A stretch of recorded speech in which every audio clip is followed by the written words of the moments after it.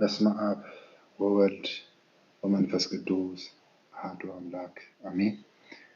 እግዚአብሔር አምላክ የሚወዳችሁ እናንተም እግዚአብሔር አምላክ የምትወዱ የእግዚአብሔር ቤተሰቦች በውስጥም በውጭም ያላችሁ ባያሉ በልዑል እግዚአብሔር ስም እንደምንከረማችሁ እንደምንሰነበታችሁ አሜን።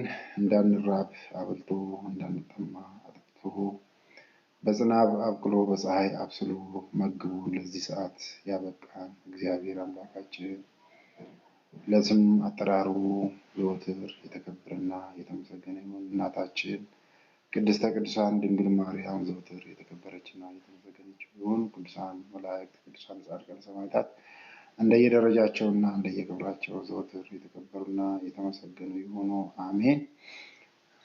ኤጋማቲ ዋቀዩ ሰገንታ ኬኛ ከናን ዱራ ቆአንዶ ኪታባ ቁልቁሉ ጀልቀብኔ ሀረሌ akkuma kanaan dura itti fufna. Kanaan dura kutaa 11ffaa irratti waa'ee kitaaba seenaa ilaallee jirra. Har'a immoo kutuma san kan ta'e kitaaba moototaa irraa jalqabnee ture kan itti fufnu akka eeyyama Waaqayyootiin. Waaqayyoon hafuurri qulqulluu barsiisota abbootii keenyaa akka hordofne isaan duukaa buunee akka jechi isaa jedhutti akka deemnuuf nu gidduu taa'ee nurratti argame nurra bulee waan dubbannu inni nuuf haa qajeelchu, waan qalbeeffannu inni nuuf haa qajeelchu, laphee keenya nuuf banee iccitii dhugataa isaa nuuf ibsee jecha isaa yeroo hundaayyuu akka barannuuf Waaqayyoon eeyyamni isaa nuuf haa ta'u. Ameen. Egaa kitaabni moototaa maa inni kan jedhurraa jalqabnaa. Kitaaba kana tokkoffaa fi lammaffaa jedhamee ta'ee qoodama. Kitaaba qulqulluu kakuu duraanii keessatti kitaaba moototaa tokkoffaa fi kitaaba moototaa lammaffaa መጽሐፈ ነገሥት ቀዳማዊ መጽሐፈ ነገሥት ቀዳማዊ ካለ በግዕዝ ስንጠራው አንደኛ ሁለተኛ በአማርኛ tokkoffaa lammaffaa ኦሮሚffaan.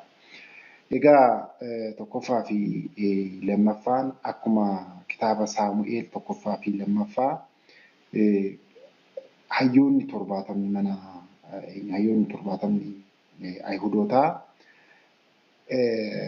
hiikuudhaan duratti akka lamaatitti lakkaawwamaa ture jedha.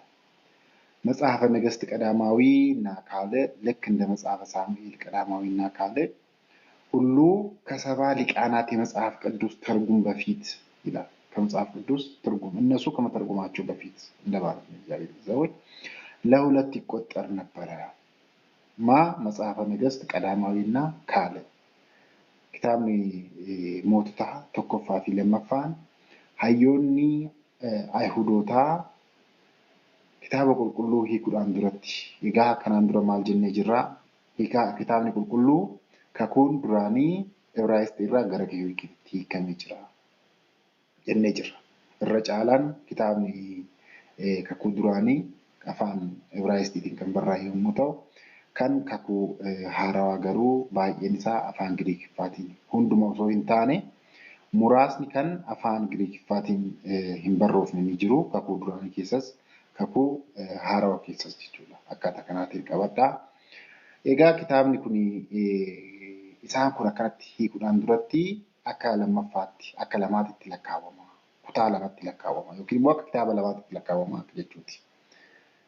Maaliif qabiyyee isaanii yaada isaan kitaabonni kun qaban irraa ka'uudhaan iccitii isaan qaban, seenaa isaan qaban isarraa ka'uudhaan abbootiin hayyoonni kitaaba hiikan kun hayyoonni Ayihudii kun qabiyyeen isaa tokko waan ta'eef iccitiin kitaabolii kanaa lamaan tokko waan ta'aniif akka tokkotti akka lakkaawwamanidha kan isaan taasisan. ምንድን ነው የሚለው? ከመጽሐፍቶቹ በውስጣቸው በያዙት ሐሳብ ሚስጥርና በታሪክ የሚመሳሰሉ ስለሆነ ይላል።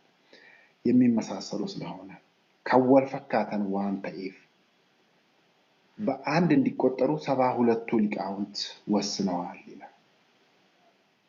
ayyoonni 70 ሙርቴሳን ይችላል ይላል። ኤጋ tokkoffaa fi lammaffaan አንደኛ ነገስትና አንደኛና ሁለተኛ ነገስት ከዳዊት ልጅ ከሶሎሞን አንስቶ እስከ ይሁዳ መንግስት ማለቂያ ድረስ ያለውን 400 ዓመታት ነው የሚለው እግዚአብሔር ቤተሰቦች።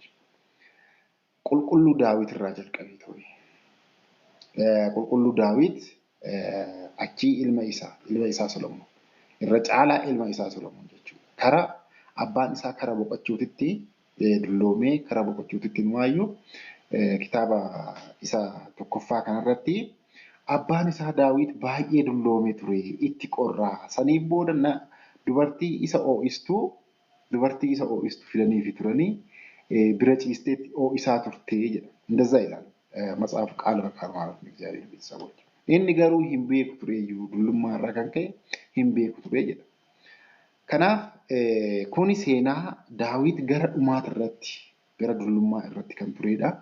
Kitaaba kana asii ka'ee saniin booda bakka abbaa keenya Daawit kan mootummaa ta'ee yookaan immoo uummata Israa'el irratti Israa'eliin akka bulchu kan mootummaa dibataan mootummaa ta'ee ilma isaa Solomoon jechuudha. Egaa isarraa jalqabee ture hanga umaatii mootii Yihudaa.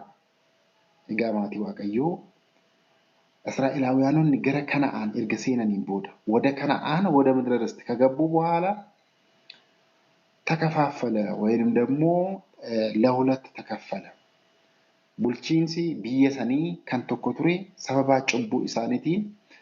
ጭቡ ኢሳኒ የሮ ጀኑ ይረጫላ ሰበባ ጭቡ ኡመታትን ሶ እንታን ጭቡ ሞተታ ኦፍ ኮርስ ኡመኒስ ጭቡ ኒውጅታ ጭቡራ ቢሊሳ ጀቹ ሚቲ ገሩ ይረጫላት ሞቶኒ biyya san bulchaa turan uummata san bulchaa turan uummata san qajeelchanii kara biraatitti deebisuu osoo qabanuu dursanii tooyi kara gaariitti qabu osoo qabanii waaqayyoon akka amanan waaqayyoon akka waaqeffatan gochuu osoo qabanuu kara biraatitti akka deeman taasisanii jiran sababa kanaatiin kan ka'e waaqayyoon maal taasisee jira kallattiidhaan raajeffataa itti erguudhaan akka abboota keessanii akka Daawit faa waan naaf hin taaneef cubbuu keessan uummata biraa waan geechaniif uummanni illee cubbuu keessan waan dhaaleef adeemsi keessan akka adeemsa abboota keessaniiti miti. Akka abboota keessanii adeemsi keessan adeemsa isaanii naaf hin taane waan ta'eef kana booda mootummaa keessan bakka lamatti addaan qooda. Mootummaa Yihudaatii fi mootummaa Israa'el. jechuudha bakka lama addaan qoodee jira maatii Waaqayyoo. Kanaaf haga mootii Yihudaa yeroo jedhamu kibba Israa'el kan bulchaa ture. Mootii Israa'el yeroo jedhamu immoo kaaba Israa'el kan bulchaa ture jechuudha. Kanaaf akkaataa kanaatiin asirratti ta'a. አንደኛ ነገስት ሁለተኛ ነገስት ከዳዊት ልጅ ሶሎሞን አንስቶ እስከ ይሁዳ መንግስት ማለቂያ ድረስ ያለውን ነው። 400 ዓመታት ማለት በጣም እጅግ ብዙ ዓመታት ነው። እግዚአብሔር ቤተሰቦች ወጋዴ ለነበረ በአፍሩ ጉቱ jechuun baay'ee guddaadha. Egaa kana gidduutti waa'ee waliigala mootota Yihudaatii fi mootota Israa'el isaan kanaadha kan inni dubbatu waliigalatti jechuudha. Tokkoffaa fi lammaffaa. Egaa kitaaba kana eenyutu barreesse maaltu barreesse jedhamee tooyi yeroo ka'u Ermiyaastu barreesse nabiyyuu Ermiyaas ማለት ነው እግዚአብሔር ቤተሰቦች raajeffataa Ermiyaastu barreesse tokko tokko akkas jedhanii irra caalaan isaa eenyu akka barreesse sirriitti kan beekamuuti garuu Ermiyaastu barreesse kan jedhu ni jiru Ermiyaas ነው የሚሉ አሉ. Egaa kitaaba kana yeroo gara qoqqoodamiin isaatti dhufnu kitaaba moototaa tokkoffaa akkaataan itti qoodamee boqonnaa 22 walumaa galatti kan qabu 22 ምዕራፋትን አጠቃላይ የያዘ መጽሐፍ ነው መጽሐፈ ነገሥት ቀዳማዊ ስንከፋፍለው yeroo addaan qoqqoodnu boqonnaa tokko hanga 10 boqonnaa 11 hanga 22 22 ምዕራፋትን የያዘ መጽሐፍ ሁለት ቦታ ነው ከ1 እስከ 11 ያለውን ታሪክ ከ1 እስከ 10 ያለውን ታሪክ ከዛ ደግሞ ከ11 እስከ 22 ያለውን ታሪክ ቦቀና tokko hanga 10 boqonnaa 11 hanga 22 walumaa galatti seenaa isaa akkaataa kanaan qoodameetu kan laalamudha. Fakkeenyaaf boqonnaa 1 hanga 10 yoo kan laalu ta'e ከምዕራፍ 1 እስከ 10 ያለውን ስናይ ጠቢቡ ሶሎሞን በአባቱ ፋንታ በአባቱ እግር ተተክቶ በአባቱ በዳዊት bakka abbaa isaa laphee waaqayyo jedhameetu kan waamamu bakka ዳዊት bu'eetu mootummaa ta'uu isaa. ከዛ በፊት ሽኩቻ ነበር እግዚአብሔር ቤተሰው ንጉሥ ሶሎሞን ወደ ንግስና ከመምጣቱ በፊት እኔ ልንገስ የሚል ሽኩቻ ነበር። የሶሎሞን እናት ቤርሳቤ መጣ ለቅዱስ ዳዊት ነገረችው። ሃቲ ሶሎሞን ቤርሳቤን ፍቴቶይ ኦዶ ሙጃን ኮታኦ አከቢቲ በከቢራቲ ፈኒቶይ ጅቴ ፍቴቶይ ኢቲምቴ ሞቲ ዳዊት ይያላ ሞቲን ዳዊት በያው በእግዚአብሔር ስም ልልሻለሁ በፍጹም ሌላ ሰው አይነግስም ልጄ ሶሎሞን ይነግሳል ጅቴ ሰው ዴቪሴፊ እንግዲህ በዚህ ምክንያት ነው በአባቱ ዙፋን ላይ እንዲቀመጥ የሆነው ማለት ነው። አካታ ከናቲን በካ ቴሶ ሞቱሙማ አባ ኢሳ በከቡኤ ሞቱሙማ አባ ኢሳ ተረታኤ ጀቹላ ሌላው ሶሎሞን በአባቶቹ ጠላቶች ላይ የወሰዳቸው እርምጃዎችን ይተርካል። በአባቱ ጠላቶች ላይ የወሰዳቸው እርምጃዎች ተርካንፊወን አዳዳ ተርካንፊ ረት ፍለቴ ጅራ ዲኖታ ኤኙረቲ ዲኖታ አባ ኢሳ ተረቲ ዲኖታ ዳዊት ረቲ ጀቹ ኢቲአንሴ ካምባዬ ኢቲን ኤቢፋኒ እጅግ የተመረቀበት እግዚአብሔር የመረቀበት እግዚአብሔር እድሉን የሰጠበት ምናልባትም ለሁላችን እግዚአብሔር አምላክ እድሉን እንዲሰጠን የምንጸልይበት እግዚአብሔር እድሉን እንዲሰጠን ሁሌ ወደ እግዚአብሔር የምናንጋጥበት የሮሁንዳዩ ጨራ አከ ሶሎሞን ይከነ ከነ አከ ኑፍ ከኑፍ ከረ ዋቀዩ ከንቲ ቦኙ ጨራ ሂን አርገምኔ ከን ኢኒ አርገቴ ከን አባን ኢሳ ሂን አርገነ ከሶሎሞን አርገቴ ምንድነው የእግዚአብሔርን ቤት የእግዚአብሔር ታቦት ማደሪያውን ለማነጽ የበቃበት ሶሎሞን ቤተ መቅደስን ለመስራት የነበረው ትጋትና የሰራው ቤተ መቅደስ ፍጻሜ ይላል እግዚአብሔር ሰው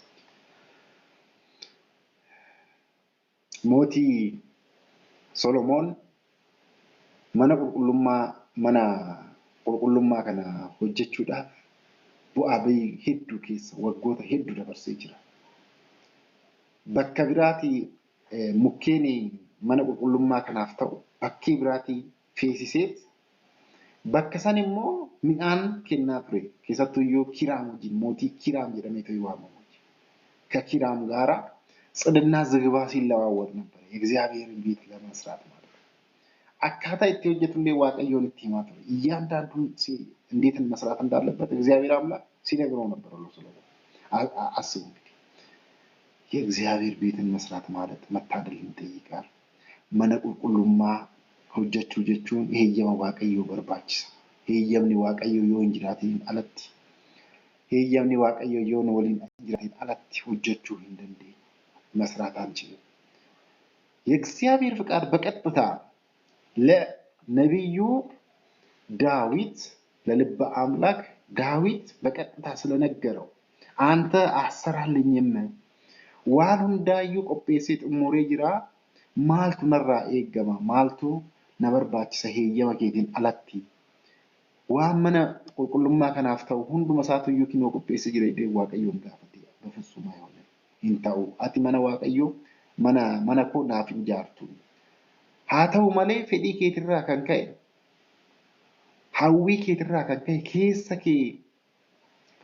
keessa kee jaalala ani anaaf qabdurraa kan ka'e kan mana koo ijaaru si osoo hin ta'in ilma keetitu ijaara jedheen waaqayyo jechuudha. Kana as keessatti arganna boqonnaa tokko hanga 10 keessatti arganna jechuudha. Waa'ee mana waaqayyoo mana qulqullummaa ijaaruu waa'ee seenaa isaa bakkee kanatti arganna. Iddoo kanatti arganna. Inni biraa ይሄ ብቻ አይደለም እግዚአብሔር ቤተሰቦች ከነ ቆፋ ምት ogeessichi Solomoon kan ittiin beekamu ogummaa isaa ogummaa isaatiin illee baay'ee beekamaa ture. Kanarraa kan ka'e Nigista Saabaa mootittiin Saabaa ogummaa isaa kana ilaalte tooyi dhageette tooyi ilaaluudhaaf hanga Yerusaalem deemtee turte. እስከ ኢየሩሳሌም ሄዳ ነበር የእሱን ጥበብ ለማየት።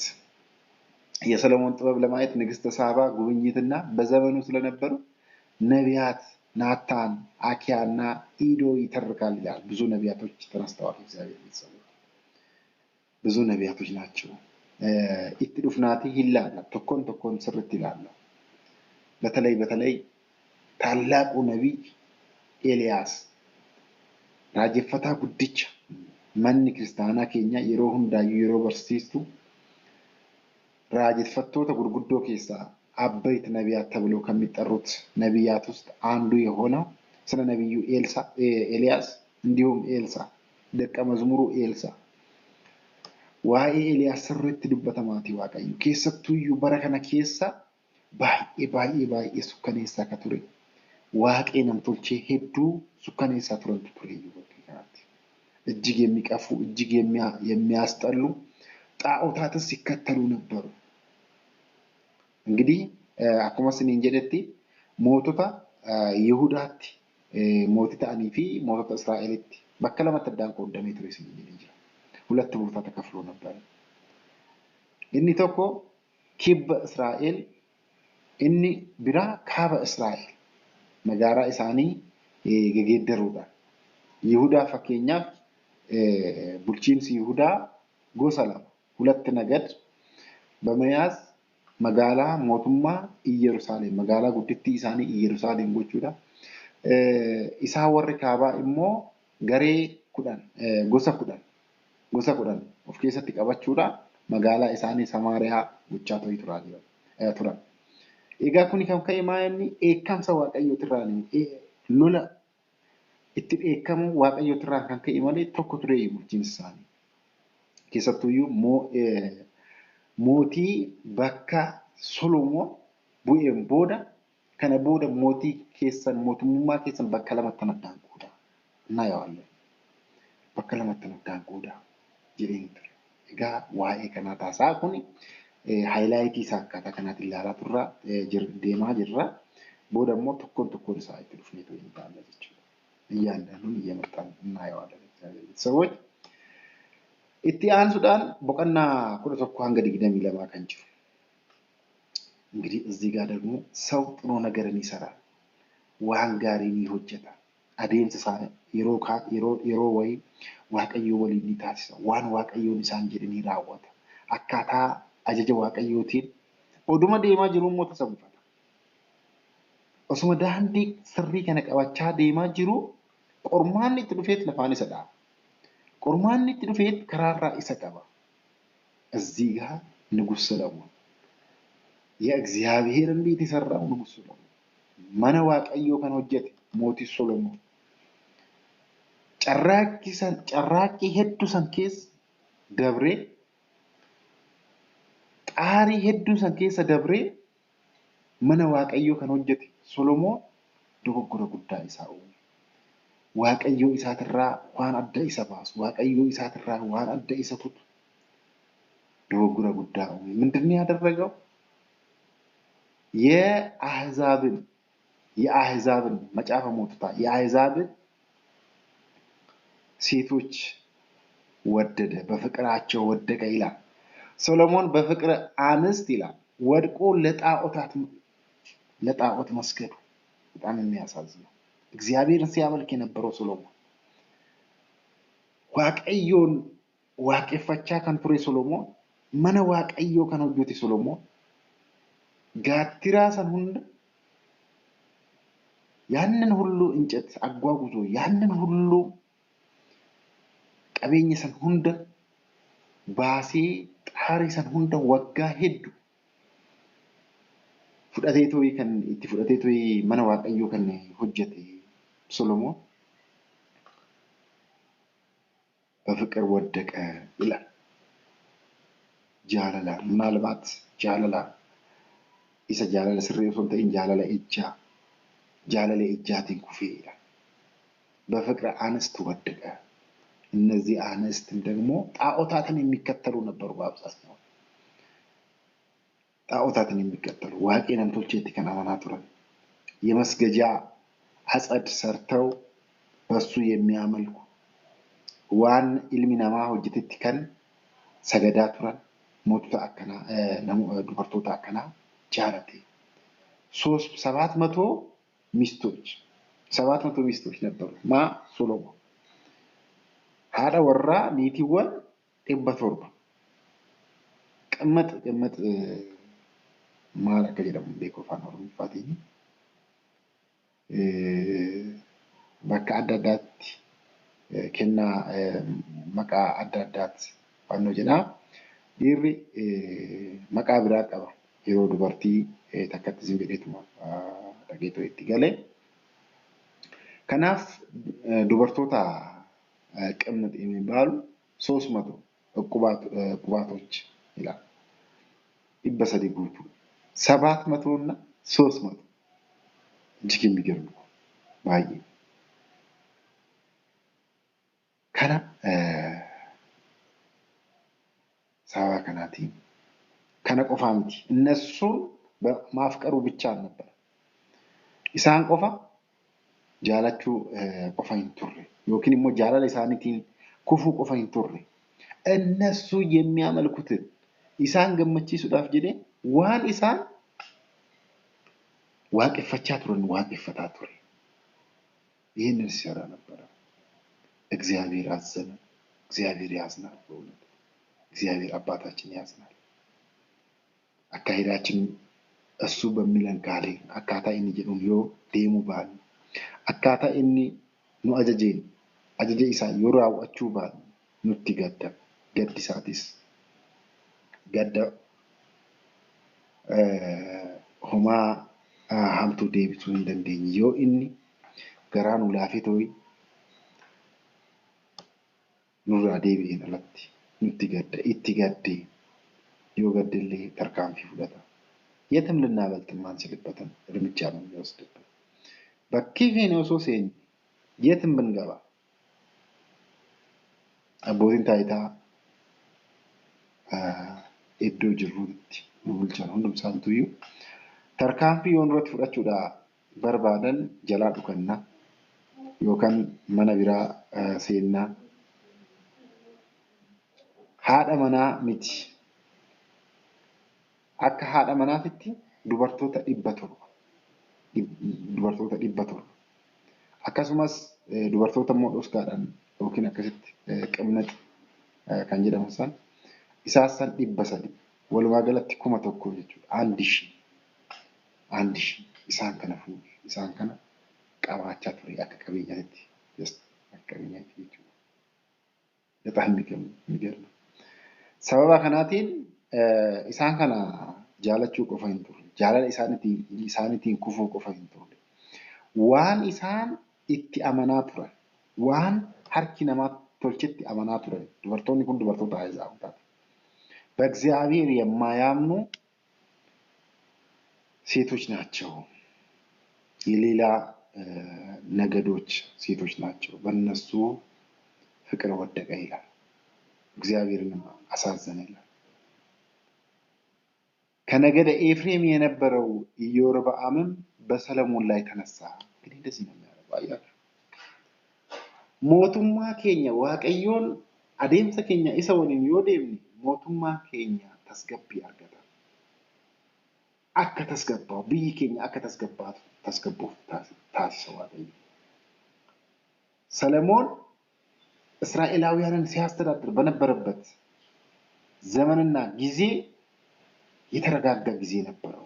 ለምን መጀመሪያ ላይ ሲያደርጋቸው የነበሩ እጅግ በጣም ደስ የሚሉ ነገሮች ስለሆኑ ጀልቀበረት ከንጎቻ ቱሬ ዋን ባኢ ዋቀዮን ገመቺሳ ቱሬ ዋን ቱሬ ማሊፍ ጀና ዲኖታ አቦቲ ኢሳ ማልጎቻ ቱረን ቆርሃ ቱረን ይንበሌስ ኢሳ ቆፋምቲ ተርካንፊ ኢረት ፍቀተ ዋን ጉዳን ሞ መነ ዋቀዮ ኢጃሩ mana waaqayyo ijaare kan waaqayyoon carraa abbaa isaatiif hin kennine isaaf carraa isaaf kenne mana waaqayyoo ijaaruu qaqqabe yookiin immoo mana እግዚአብሔርን ቤት ለመስራት በቃ። ከዛ በኋላ እግዚአብሔር አምላክ ምን አደረገ?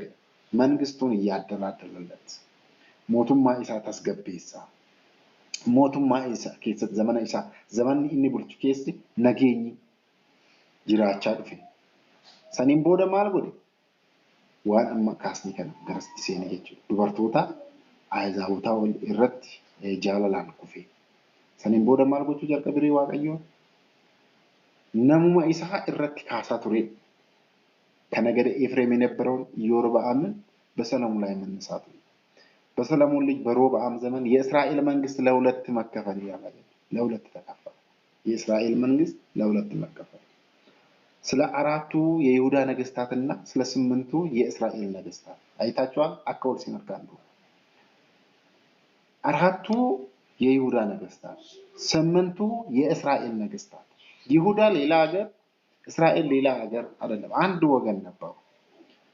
ጎሳ tokko turan፣ sanyii tokko turan። ijoollee Yaaqoob 12 jechuudha. Yihudaanis Israa'elis. Isaan sun gosa 10 kan gara kaabaatti citan, isaan gara kibbaatti citan gosa 2. Gosoota 2. Akkaataa kanaatiin maal ta'an? Bakka lamatti addaan dhoo'an, bakka lamatti addaan dhoo'an. Kan immoo kan godhe Waaqayyoodha. የመንግስቱን እኩሌታ እከፍለዋለሁ ነው ያለው። የመንግስቱን እኩሌታ እከፍለዋለሁ አለ። ከዛከናት ስቲሜ ከኪታባ ሰዲ ለማቲ waaqayyo wal bira qabneeto ከነኑ ጀነ ኪታብን ተከቸ ከረጅራ እኒ ብራይ የነገስታት የይሁዳና የእስራኤል ነገስታት ታሪክ ስለሚናገር በይዘቱ መጽሐፈ ነገስት ተባለ ይላል።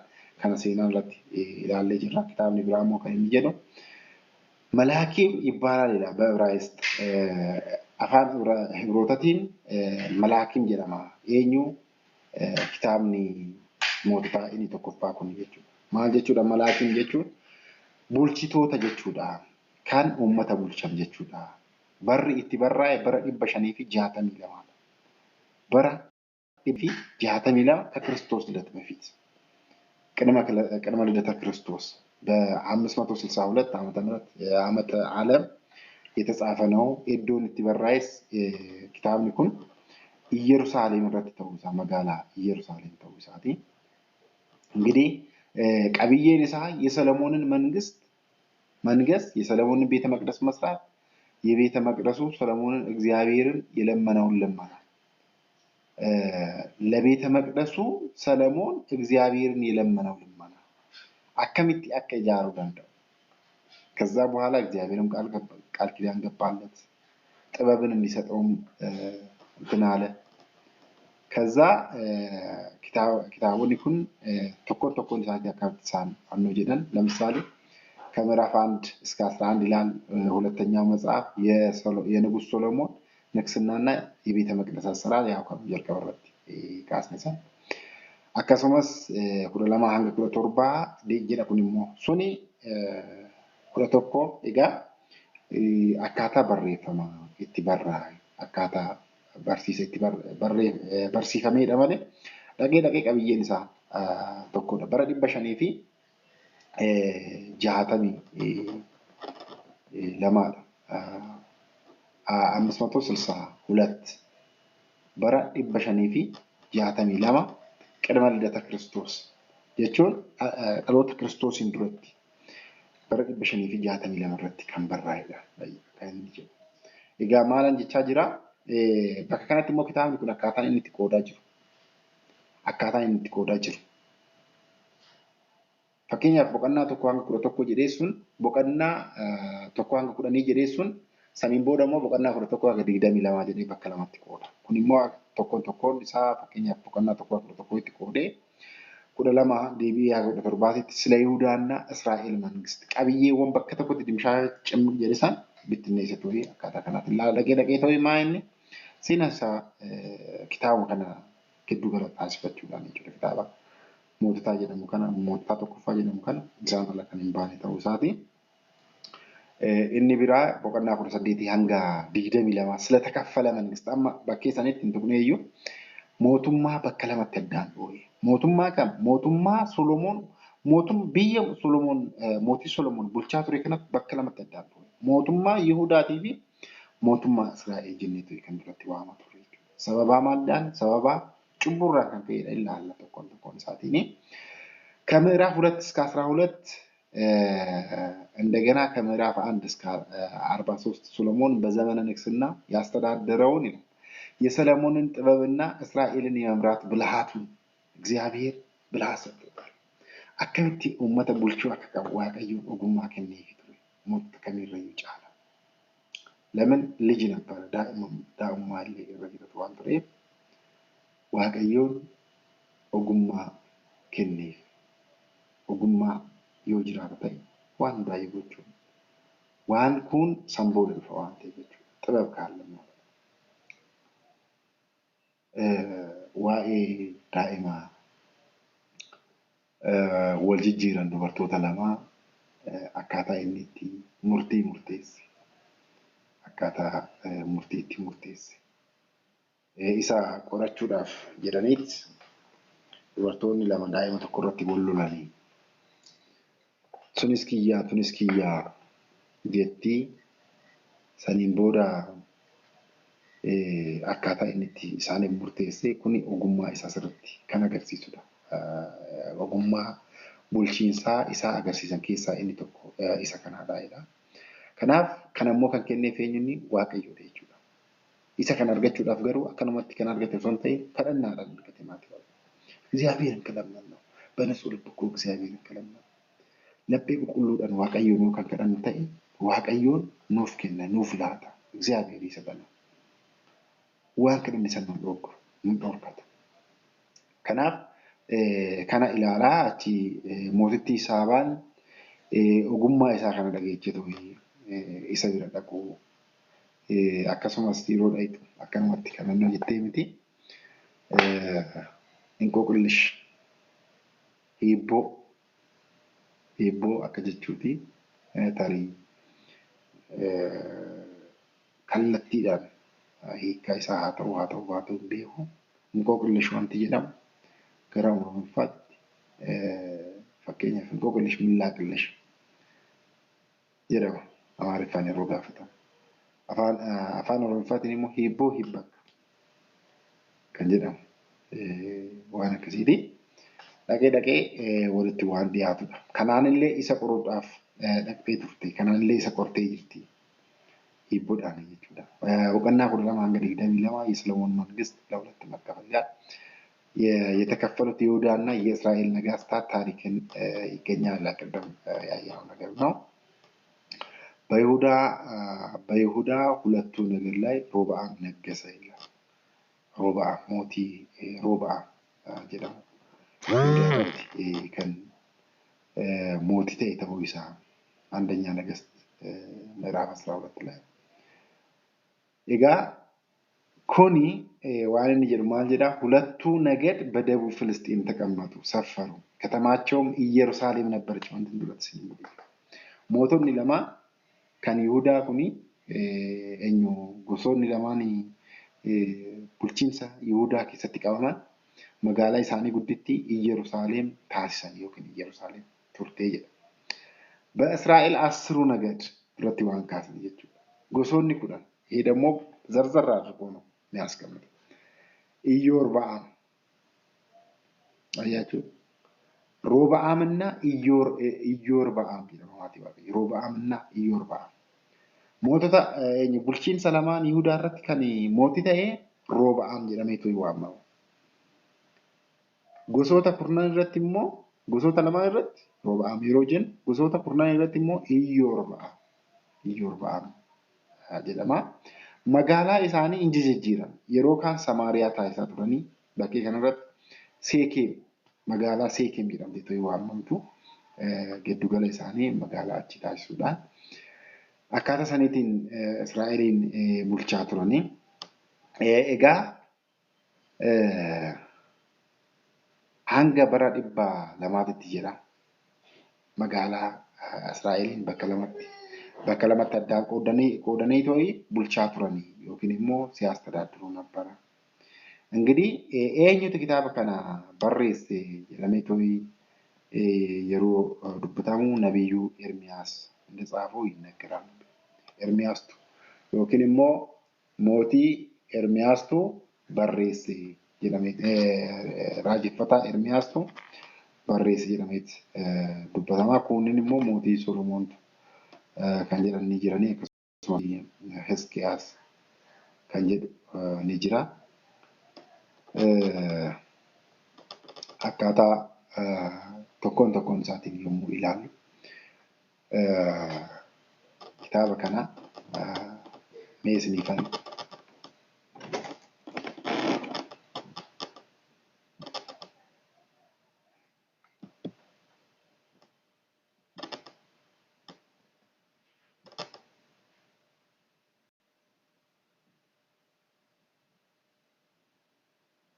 ta'uudha maatii Waaqayyoo.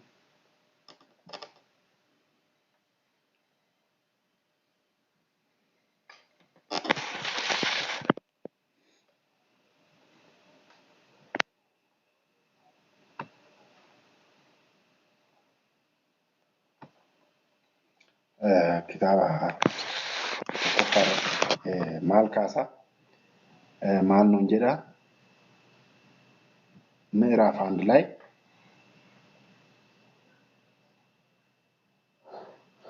ንጉሥ ዳዊት እንደሸመገለ ይላል። ቅድም አንስቼላችሁ ነበረ። ሞቲን ዳዊት baay'ee dulloomee ture. Kitaabni kuni seensa irratti kitaaba jalqaba ilaalle san keessatti waa'ee Solomoon irra caalatti kan ilaalu jedha. Garuu seensa irratti seenaa laphee Waaqayyoo jedhamee ta'e waamamu abbaa keenya Daawit hanga tokko ni dhuga. Baay'ee akka dulloomee ture. Dullummaa isaatirraa kan ka'e itti qorraa ture. Wayaan yoo itti uwwifamullee itti noo'u tureyyuu jedha. Achi dubartii isa ho'istuu fidanii fi እና hammattee too'i ho'isti turteeyyuu. Matsaafu ነው የሚለው እግዚአብሔር ቤተሰቦች kitaabatu jedha. Sinifan hubannoo jedha qaala baqaal ማለት ነው. Garuu ittiin dhaga'amu tureeyyuu hin beekullee ture jedha. Isti inni yaa'udha. Mee haa ilaalu. ንጉሥ ዳዊት ይላል ምዕራፍ 1 ቁጥር 1 ላይ መጽሐፈ ነገሥት ቀዳማዊ ምዕራፍ 1 ቁጥር 1 ላይ ንጉሥ ዳዊት ሸመገለ እድሜውም በዛ ይላል። mootiin Daawit dulloome umriin isaatillee baay'ate yookiin immoo baay'ee dulloome edmeew gaffaa እንደምንለው umriin isaa baay'ee deemee jira akka jennuutti. ከዛ ምን ይላል ልብስም ደረቡለት ይላል። ወይ ሀሌት ይውሰኒ ልብስም ደረቡለት ነገር ግን አይሞቀውም ነበረ ይትነው ትሬዩ ይላል። እንግዲህ እግዚአብሔር ቤተሰቦች አያችሁ እግዚአብሔር ጸጋ በጣም የሚገርም ነው። kennaa waaqayyoon yoo nama jaalate hanga wayaan uffannu nutti qorrutti dullummaarraa waan saayinsiidhaan maal jedha saayinsiidhaan ምግብ ስንመገብ እንዳይበርደን ቶሎ ወደ ሂት ጀነሬት ያደርጋል የበላነው ምግብ nyaanni sun karaa enerjiitti karaa ho'aatti karaa hiit ወደ ሂትና ወደ ኤነርጂ iddoo ho'aa amma namni naannoo ho'aa jiraatu ifama saayinsii as keessatti iddoo barbaadame miti dafee fudhata. Gaafa inni maslaachuu የበላው ምግብ nyaanni inni nyaatu bakka ho'aa namoota bakka ho'aa jiraatan nyaanni inni nyaatu qorra ofirraa ittisuudhaaf hin dhaqu. Jechuudha kaaloorii guddaa maddisiisa. Fakkeenyaaf nyaata ho'aa maddisiisu yookaan nyaanni ta'e nyaanni sun nafa nuuf hin ta'u. Maal ta'a gara ho'aatti geeddarama jechuudha. Ho'a gara ho'aatti geeddarama. Kaarboohayidireetii waan wanti barbaachisuu gara ho'aatti geeddarama. Saniin booda maal ta'e jechuudha gara qaama keenyatti geeddaramuurra karaa kaasii yookiin immoo foon biyyoolii yookiin of ijaaraa deemurraa karaa ho'aatti geeddarama yookiin gara anniisaatti gara humnaatti geeddarama. Ho'is anniisanis nyaatarraa waan jedha waan ta'eef kanaaf kun kanaa sanbira darbe ከዛ ነው ያለፈው። ምክንያቱም ብዙ መብላት አይችልም። እኔም ቦደ ይቆራ ወያ ሀገፌተን ይወጥ ውስጠን ኬሳ ኢሳት ራሂን መድ ዋን ta'eef maashaaleen abbaa keenya daawit waan hundaayyuu dhaabee jira waan ta'eef akkaataa kanaatiin itti noo tureeyyuu jedha gabbani ምንድን ነው የሚለው ልብስም ደረቡለት ወያሌ itti uwwisanii ነገር ግን አይሞቀውም ነበረ ነበረ። እንዴት አይነት ጸጋ ነው እግዚአብሔር! እስከዚህ ድረስ እግዚአብሔር እድሜ ሰጥቶ ማቆየት ሀንገ ከናቲቲ ሀንገ ይሮ ከናቲቲ ሀንገ ከነታንቲ ዋቀዩን ኡምሪ ነው እንግዲህ በጣም በዝቶ ነበረ ይላል ኡምሪሳ። ከዛ ምን ይላል ባሪያዎቹም ከኒሳ ተጃጅለን ጀቹዳ ለጌታችን ለንጉስ ድንግል ትፈለጋለች ዱበራ ቅድም ማለን ጀደ ገርተኔም ድንግል ትፈለጋለች በንጉስም ፊት ቆማ ታገልግለው ሞቲ ፉልድረስ ዳበቴት ወይ ያተጃጅልቱ በጌታችንም በንጉስ ብብት ትተኛ ታሞቀዋለች ይላል ነገሩ። ቦባ ሞቲ ኬኛ ጀለ ሃጪስቱ ሃኦ ኢስቱሲ በዚህ ያደረገ ይሄን ወር ይሰጃጅል ወር ሞቲ ዳዊት ተጃጅል በእስራኤል ሀገር ሁሉ የተዋበች ቆንጆ ፈለጉ ይላል። ድበርቲ ባየ በሬዱ ታቴ በርባደን እስራኤል ኬሳ ገርተኒ እጋአም በከለመት እንቆደም ይሮ ከነ ሞቲን እስራኤል እዱ ለመተዳኒ እንቆደም እስራኤል ኬሳ ዱበርቲ በሬዱ ዱበረ ታቴ በርባዱ ከአኒ ማልዳፍ ዳዊቲፍ ማሊፍ ዋን ይቆሩፍ አከይሰኦ ኢስቱፈቹ አይገርም ትደነቃላችሁ።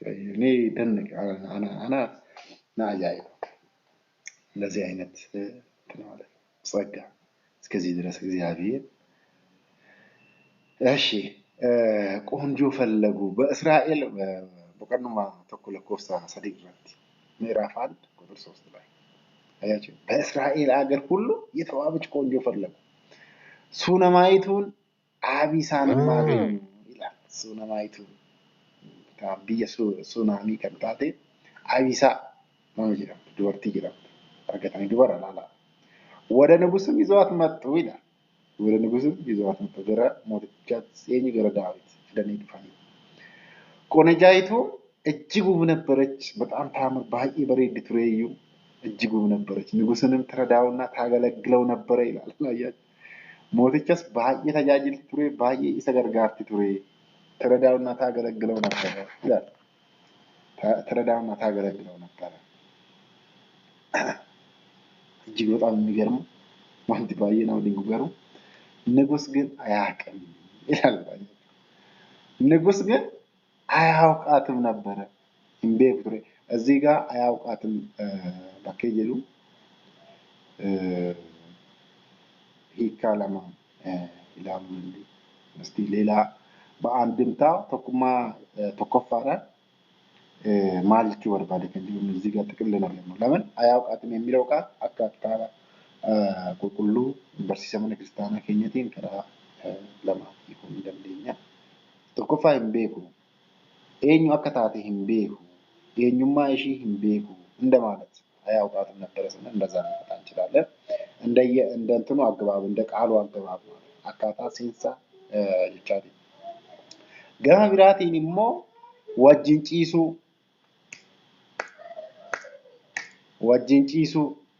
wajjin ciisu jechuun maal jechuudha fedhii foonii raawwachuu jechuudha maatii baay'ee awwaqaat ጸነሰችን bakka baay'eetti jira እከሌን አወቃት ከዛም ጸነሰች አወቃት ሲል በግብረ ስጋ ግንኙነት ቁናምቲ ሳላ raawwatani akka jechuuti እና ulfastaati akka jechuutti fudhatama. Bakka kanatti garuu dullummaa isaatirraa kan ka'e isa fuuldura dhaabbattee to'ee yeroo isa tajaajiltu homaa hubannoo isaa hin qabu kan jedhu immoo wajjin hin ciisu yookiin immoo akkas jechuudha. Maal dulloomee jira kan jedhu garas deemota isaan ምክንያቱም duuba yoo laallu በእስራኤል ሀገር ሁሉ የተዋበች ቆንጆ ፈለጉ ይላል።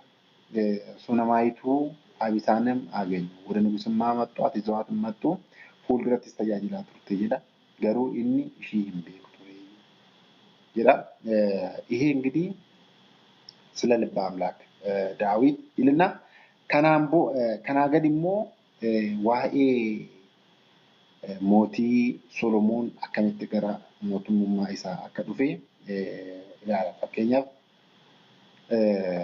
ናታንም የሰሎሞንን እናት ቤርሳቤን እንዲህ ብሎ ተናገራት። ጌታ ዳዊት ሳያውቅ የአጊት ልጅ አዶንያስ እንደነገሰ አዶንያስ namni jedhamu mootii ta'uudhaaf barbaadee ture jedhu ዳዊት ጅሩ ወደ ሶሎሞን ጅሩ ከዛ ሄደሽ ወደ ንጉሱ ወደ ዳዊት ግቢና ጌታዬ ንጉሥ ሆይ ለእኔ ለባሪያ ለልጄ ሰሎሞን ከእኔ በኋላ ይነግሳል በዙፋን የሚቀመጣል ብለህ አልነበረም ወይ jedhiitti dubbadhu jedheetu akka ishii ergee Bersaabeeh jechuun haadha warraa Ooriyoon bakka kanatti cubbuu hojjetee ture laphee waaqayyoo jedhamee kan beekamu Daawit dhaqee too'ii akka qaarii seeneetiin laphee waaqayyoo kan jedhamu abbaan keenya Daawit Solomoon bakka isaa buusee bakka mootii ta'e nutti agarsiisa.